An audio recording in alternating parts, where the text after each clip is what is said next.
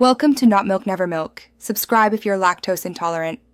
In this video, I will explain how to make Excel not editable. First, open your Excel workbook. Navigate to the Review tab in the ribbon at the top. Here, you'll find the essential tools to secure your data. We'll cover protecting individual cells, entire worksheets, and even the workbook structure itself. This ensures your important information remains safe from unintended modifications, giving you peace of mind.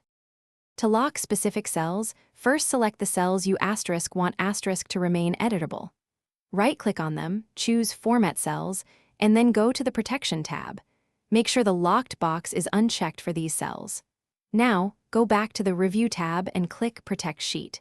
You can set a password and choose what actions users are allowed to perform, like selecting unlocked cells.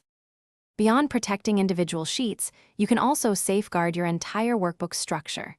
This prevents others from adding, deleting, or renaming worksheets within your file. Simply go to the Review tab and click on Protect Workbook. Select the Structure option. You can then enter a password to secure these settings.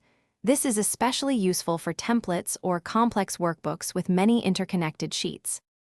Always remember to save your Excel workbook after applying any protection settings to ensure your changes are permanent. It's also crucial to keep track of your passwords, as recovering them can be quite challenging if forgotten. For an enhanced reading experience, check out the new Kindle Paperwhite. You can find a link to this and other great deals in the description below. Thanks for watching, and I hope this guide helps you secure your Excel files effectively.